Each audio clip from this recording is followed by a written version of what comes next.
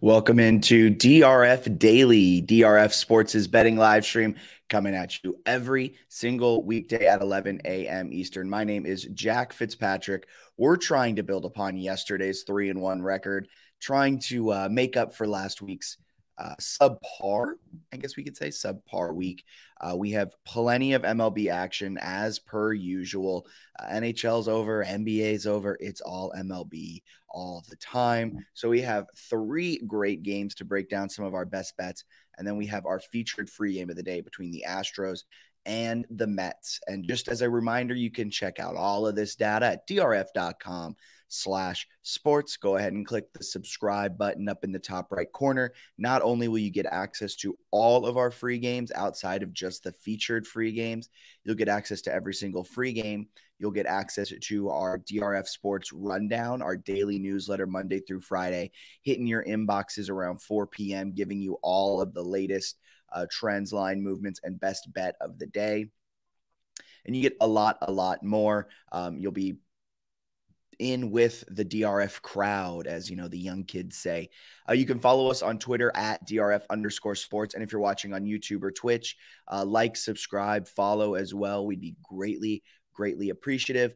This is DRF Daily, and it's going to be a fantastic Tuesday after a 3-1 Monday. So without further ado, let's break down the games we have coming into this one.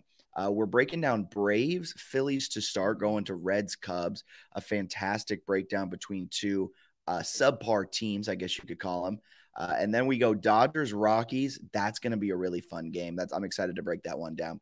And then last but not least, Astros, Mets. So if you want to make some money, if you want to hit it big, our record is winning by, I think we're up 5 games above 500. And that's a little swayed after last week's couple bad days. So I think overall, you throw out those outlier days, we're hitting pretty regularly. So if you want to make some money, stick around, listen to all of these games, including the featured free game between the Astros and Mets coming up in just a little bit. So Braves-Phillies, we're going to start with that one. Braves head to Philadelphia. The Phillies are -115. The total is set at 8. Both teams, and this is going to be kind of a trend, I think, for all games except for one, both teams are coming in with a day of rest. Phillies won their series at San Diego. Braves lost theirs at home against the Dodgers. Now the Braves go on the road. Phillies go back home for this one. Braves 3-5 this season. Against the spread, coming off of a day of rest. Phillies 3-3. So neither team really takes advantage of that day of rest exceptionally well. In the case of the Braves, you almost lean against Atlanta because they do have a losing record coming off of a day of rest. Philly 14-15 though this season as a home favorite. So not a great record. 1 game under 500, can't even hit 500 as a home favorite. And on top of that, Braves are 10-2 this season, 10-2 as a road underdog. So they're sitting here at +105 right now, and they are the road underdog. So maybe there's a little bit of value on the Braves at +100, +105, wherever you're finding it. Phillies have moved down from -115 to -110. However, our power line thinks there's some value there as it sets this at -147. And our Sims think the Phillies win this one by 1. Atlanta's going to send out Charlie Morton to the bump. Philadelphia got Zach Wheeler. Morton is 4-3 with a 4.84 ERA. Team is 8-6 when he starts. Kind of the same exact thing for Wheeler, except his ERA is much lower, 2.77, 6-4, but the team is 7-6 when he starts. 1.56 ERA over his last 3. That's Wheeler.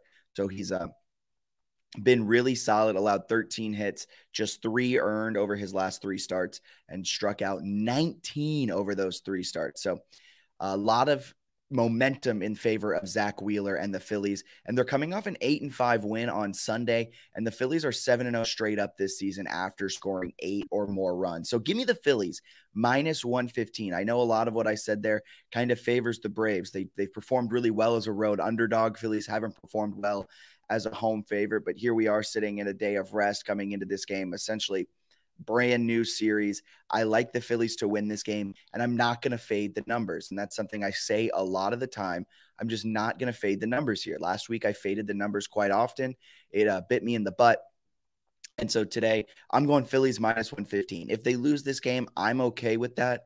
But the Phillies, they have some better statistics. The numbers are favoring them. The money's going on Atlanta right now. I'm going to fade the public. Give me Phillies minus 110. I like them to start this series off with a win at home.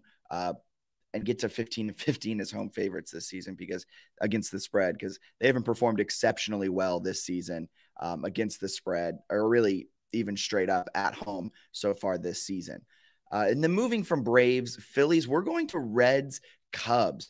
The Cincinnati Reds, they travel to Chicago, good old Wrigley Field. Total is set at 8.5. The Cubs favored minus 110.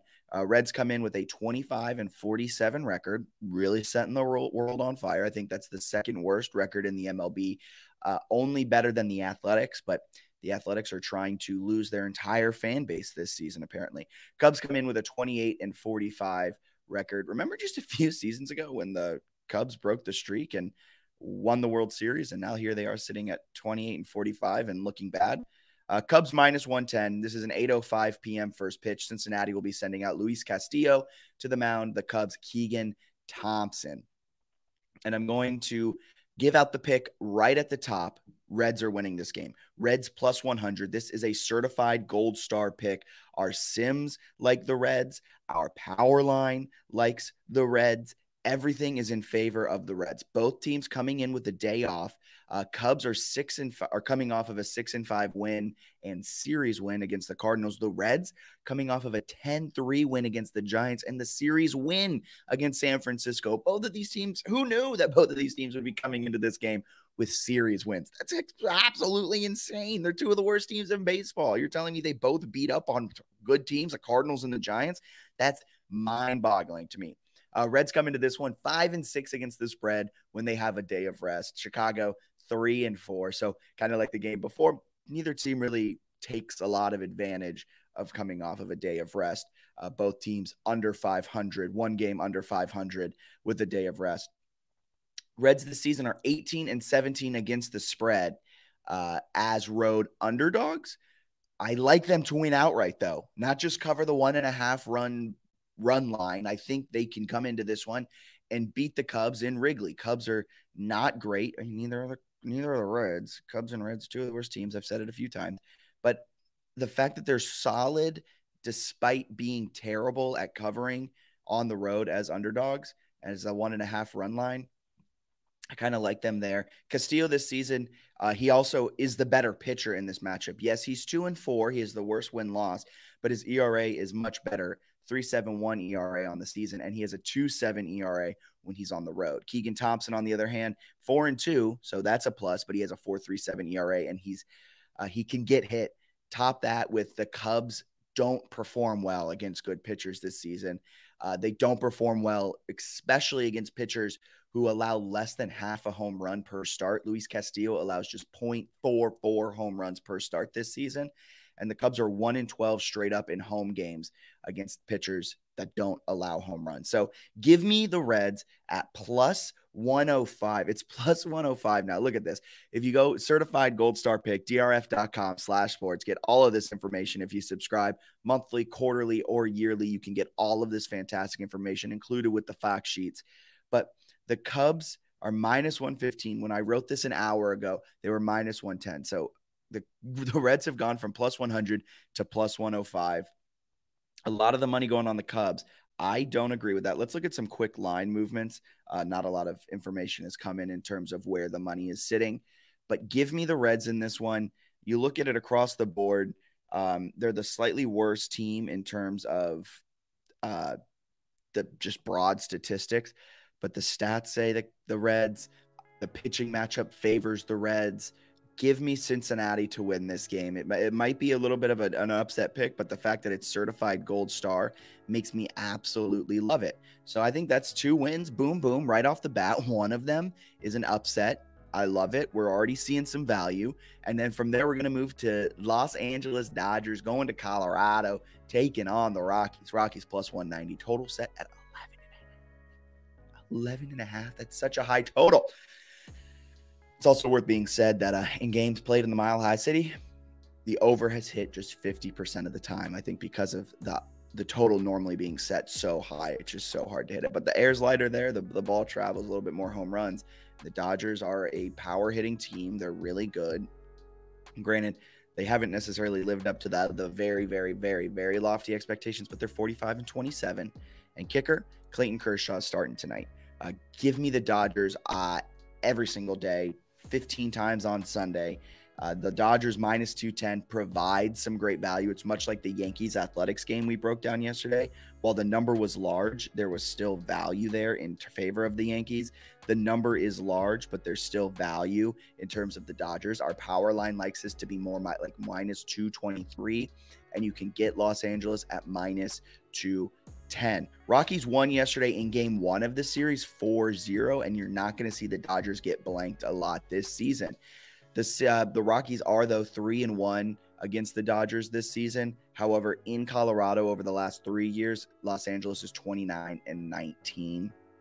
So overall, if you use a very large sample, the Dodgers have the edge. If you use a very small sample, the Rockies have the edge. And I think that's going to kind of show itself tonight. I think the large sample will come into it, and the Dodgers are going to sweep the floor with the Rockies. Kershaw's 2-1 with a 2 flat ERA, and last time out he struck out 7 in 6 innings pitched, allowed just 1 run. Kyle Freeland gets to start for the Rockies. He's 3-5 with a 4.29 ERA. He's not a big strikeout pitcher, averages just 3.7 Ks per game. And if you're telling me the Dodgers are going to get a lot of contact in a hitter-friendly ballpark, I'm going to love the Dodgers. They're batting 251 this season, 327 on base percentage, and a 423 slugging. They've hit 86 home runs so far this season. I love the Dodgers in this spot. Pair that with the fact they're 8-0 straight up after scoring 1 or less runs in a game. Dodgers -210. There's value there, and I can sleep well at night after this first pitch is at 8:40 p.m. You know, I'll check the score before I go to bed. I'll be happy. I'll be sleeping like a baby because this is going to be the certified lock of the game. Granted, the Reds was the certified gold star. I think Dodgers Rockies are the certified lock of the day. Big time value, not big time value, great value, big time spot. Dodgers bounce back after losing 4-0. Give me that all day. Easy peasy lemon squeezy.